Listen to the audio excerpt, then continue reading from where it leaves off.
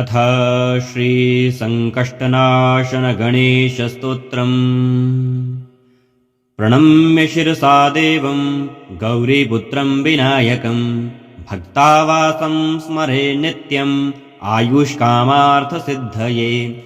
प्रथमं वक्रतुण्डं च एकदन्तं द्वितीयकं तृतीयं कृष्णपिङ्गाक्षं गजवक्त्रं चतुर्थकं लम्बोदरं पञ्चमं च षष्ठं विकटमेव च सप्तमं विघ्नराजेन्द्रं धूम्रवर्णं तथाष्टमं नवमं भालचन्द्रं च दशमं तु विनायकम् एकादशं गणपतिं द्वादशं तु गजाननं द्वादशैतानि नामानि त्रिसन्ध्यं यः पठे नरः न च विघ्नभयं तस्य सर्वसिद्धिकरं परम्।